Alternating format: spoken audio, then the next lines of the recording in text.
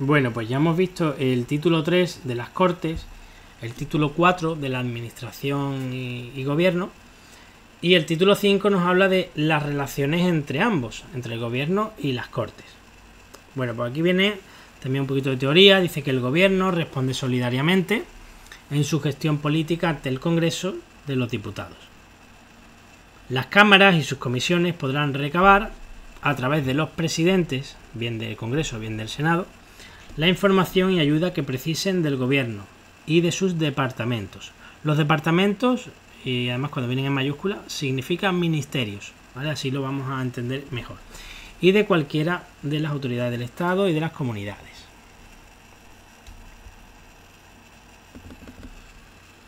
Las cámaras y sus comisiones podrán reclamar la presencia de los miembros del Gobierno. Los miembros del Gobierno, ya sabemos que son presidente, vicepresidente y ministros, tienen acceso a las sesiones de las cámaras y a sus comisiones y la facultad de hacerse oír en ellas, y podrán solicitar que informen ante las mismas funcionarios de sus departamentos. Esto lo nombra así porque, bueno, se puede dar el caso de que un ministro no sea diputado. Lo que pasa que hoy en día sí que tenemos claro que la tónica habitual que se viene siguiendo es que los ministros sean también diputados, ¿vale? Ese caso sí es compatible. No lo prohíbe ni la Constitución ni ninguna otra ley. El Gobierno y cada uno de sus miembros están sometidos a las interpelaciones y preguntas que le formulen en las cámaras. Para esta clase de debate, los reglamentos establecerán un tiempo mínimo semanal, ¿vale? Semanal. Toda interpelación podrá lugar... dice tiempo mínimo, ¿vale? No tiempo máximo. Cuidado con eso también, que puede confundirnos. Toda interpelación podrá dar lugar a una moción en la que la Cámara manifieste su posición. El presidente del Gobierno, previa deliberación del Consejo de Ministros, puede plantear ante el Congreso de los Diputados la cuestión de confianza sobre su programa sobre una declaración de política general. La confianza será otorgada por mayoría simple, ¿vale? Esto es lo que se llama... aquí hay dos cuestiones importantes. Cuestión de confianza. Esto es lo que le está pidiendo hoy día Junts a Pedro Sánchez, que plantee una cuestión de confianza. Y lo otro es la moción de censura, que es como llegó Pedro Sánchez también a echar a Mariano Rajoy, ¿vale? Me gusta siempre poner ejemplos reales para que lo comprendamos mejor. Entonces aquí tenemos que diferenciar la cuestión de confianza, que va a ser por mayoría simple, bueno, que viene aquí también, y la moción de censura, que ahora vamos a ver las diferencias, pero lo principal es que es por mayoría absoluta. El Congreso de los Diputados puede exigir la responsabilidad política del Gobierno mediante la adopción por mayoría absoluta de la moción de censura. ¿Qué diferencia hay entre una y otra? Bueno, pues la mayoría, en la cuestión de confianza, simplemente plantea su programa otra vez, o declara la política general, como dice ahí, y mayoría simple. ¿Hay más si es que no es? Sí, pues nada, sigue siendo presidente. Y la moción de censura incluye una propuesta de otro presidente, otro candidato a la presidencia. En ese momento que digo estaba Mariano Rajoy y Pedro Sánchez se postuló como candidato a presidente de gobierno. Y lo tuvo que pedir al menos una décima parte de los diputados, que serían 35. ¿Por qué? Porque tenemos 350, entonces una décima parte son 35. Esto para un supuesto práctico, pues está bien saber este dato. Y tiene que incluir un candidato a la presidencia, como ya he dicho. La moción de censura, además, no podrá ser votada hasta que transcurra 5 días desde su presentación, ¿vale? Importante también. Y en los 2 primeros días, esto no lo preguntan mucho, pero a mí me parece interesante, en los 2 primeros días pueden presentarse mociones alternativas. Si la moción de censura no fuera aprobada por el Congreso, no pueden volver a presentar otra moción de censura durante el mismo periodo de sesiones. Ya hablamos hace un ratillo de que había 2 periodos de sesiones ordinarias, que eran de septiembre a diciembre y de febrero a junio. Entonces, si han presentado una moción de censura en noviembre, hasta febrero no pueden volver a presentar otra. ¿Y quién lo puede hacer? Mínimo 35 diputados.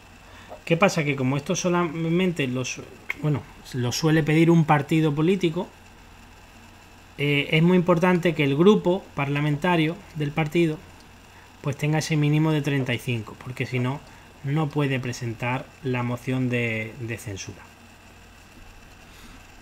Creo recordar que en la anterior legislatura Vox tenía 50 y tantos y pudo presentarla. Luego nadie le apoyó, solamente los diputados de su partido. Pero ahí tenéis el ejemplo. Si hubieran sido menos de 35 y solamente hubieran tenido, no sé, 30 escaños, pues no podrían haber siquiera presentado la moción. A no ser que diputados de otros partidos hubieran votado a favor de hacerla. Si el Congreso niega su confianza al gobierno, pues este presenta su dimisión al rey. Automáticamente pues se designa el presidente del gobierno nuevo. Si el Congreso adopta una moción de censura, el gobierno presentará su dimisión al rey y el candidato incluido en aquella se entenderá investido de la confianza. Esto, investido, significa pues que la moción ha salido adelante. Y el rey lo nombra presidente.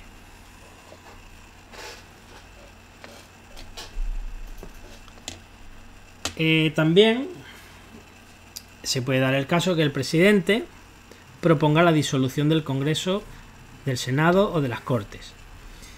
Esto lo va a hacer siempre previa deliberación del Consejo de Ministros. Todo lo que sea la cuestión de confianza o disolver las Cortes o lo que sea, siempre va a ser previa deliberación del Consejo de Ministros. Y lo que hace es proponer esa disolución. ¿Por qué? Porque quien decreta la disolución es el rey. Y el decreto de disolución, a partir de esa fecha, es cuando empiezan a contar los días para las elecciones. Que tiene que ser, como hemos visto antes, entre 30 y 60 días. La propuesta de disolución no podrá presentarse cuando esté en trámite una moción de censura. Esto es muy importante también. Y bueno, pues ya habéis visto que tienen 5 días desde que se presenta la moción de censura hasta que se puede votar. Entonces no vale que en esos 5 días el presidente diga disuelvo las Cortes, elecciones. De esta forma estaría evitando que el candidato propuesto para sustituirle en esa moción pues no saliera adelante y hubiera que votarlo en la calle. Entonces eso no se puede hacer.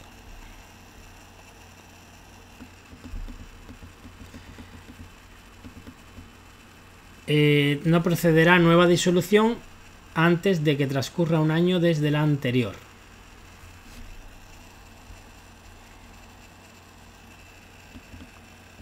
Excepto el 99.5. Vamos a recordar el 99.5.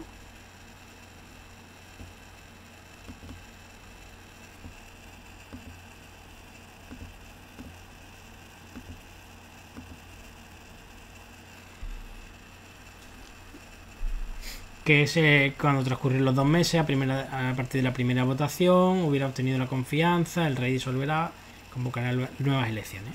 Pues en ese caso sí que se permite.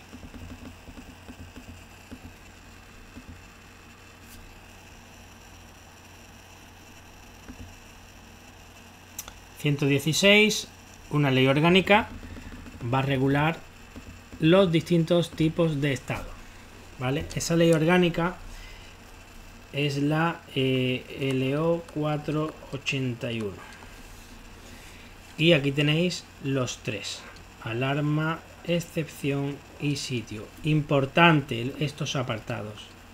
116.2, 116.3, 116.4.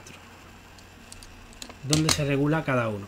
Luego en la ley 481 pues ya viene contemplado en los casos que se puede hacer, por cuánto tiempo, qué derechos se pueden suspender, todo eso.